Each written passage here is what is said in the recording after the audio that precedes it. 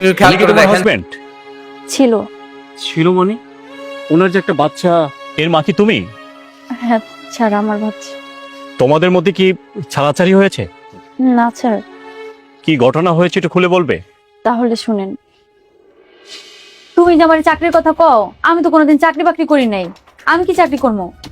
আমার এই বাসা থাকতে হইলে না তোর কাম করে খাইতে হইব। আগে তো তুমি এমন কথা কও নাই। এখন আমি আমার সবকিছু ফালাইয়া তোমার কাছে আইছি, আর এখন তুমি পোল্ট্রি নিয়ে নিলা।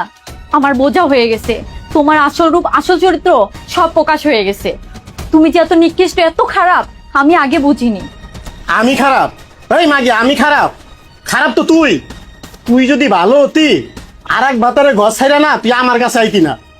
আমার কাছে আইসিস ভালো সাজ দে না। তোকে মতো মাগি গো না আমার ভালো করে চিনা আছে।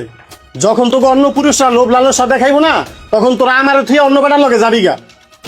এখন আমার কাছে ভালো সাজ দেয়ছস। আল্লাহ তোমাকে হেদায়ত করুক। তুমি যে এত নিষ্ঠুর এত পাষাণ আমি আগে বুঝি নাই। আমি আমার সোনার সংসার ফালাইয়া আমি তোমার কাছে আইছি, আর তুমি আমার দিয়া কাম করাইবা, আর তুমি ঘরে বইয়া খাইবা। কেন তুমি কাম করতে পারো না? আমি কি তোরে বিয়া করছি কাম করার লেগা? আমি ঘরে বয়া বয়া খামু, তুই কাম করবি। আমার যদি কামি করে খাইতে হয় তাহলে আমি তোমার কাছে থাকুন কেন? আমি একাই থাকতে পারি। একা থাকবি না? থাকবি তো। আমার সাইডে অন্য লাঙ্গের কাছে যাবি?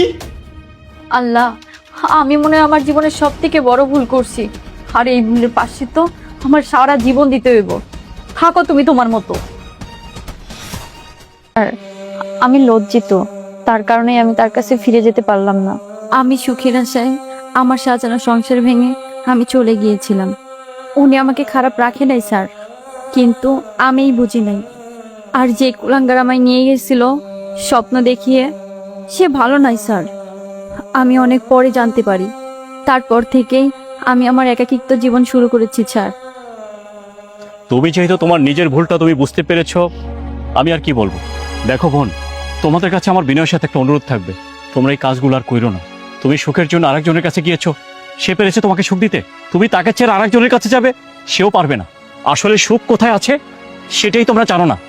শোনো বোন, অট্টালিকা টাকা পয়সার মধ্যে সুখ নেই। সুখ হচ্ছে সেখানে যে মানুষটা তোমার চোখের পানি দেখে তার চোখের পানি পড়বে এবং তোমার চোখের পানি মুছে দিবে, সেখানে হচ্ছে সুখ, সেখানে হচ্ছে ভালোবাসা। আমি একটা ছোট্ট অনুরোধ করবো তোমাকে, তুমি কি রাখবে? জি স্যার, বলুন। তোমরা আবার নতুন করে সংসারটা শুরু করো, কি বলেন ভাই? আমার ছেলের মুখের দিকে তাকায় আমি সব মেনে নিতে রাজি আছি।